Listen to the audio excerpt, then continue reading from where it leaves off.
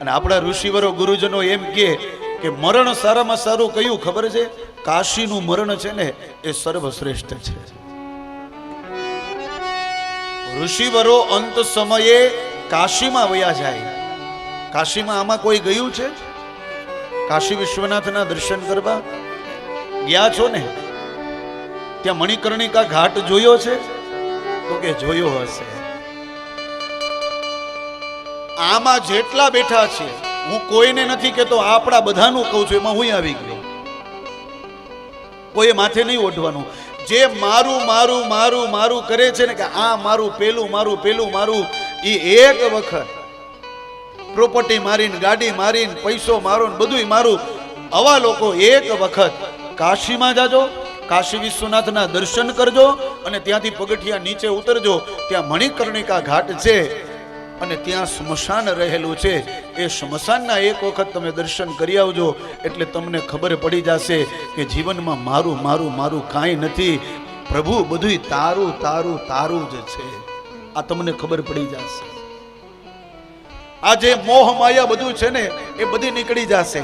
એ સ્મશાનમાં એકવાર જઈ આવજો, તમે દર્શન કરજો.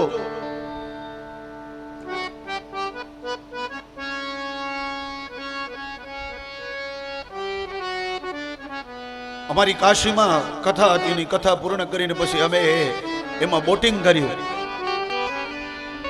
એ ગંગામાં. અને અમારી બોટ થોડીક વચ્ચે પહોંચી ને, ત્યાં વચ્ચે પાર્થિવ દેહ મળ્યો પાણીમાં. અહીંયા બોટ છે ને, બોટ તો અહીંયા નાની હોય, કઈ સ્ટીમર જેવડી તો હોય નહીં. અહીંયા બોટ છે ને, અહીંયા અમે પાર્થિવ દેહ જોયો, જેને ગંગામાં આમને મૂકી દીધો છે. વિચાર કરો તમે.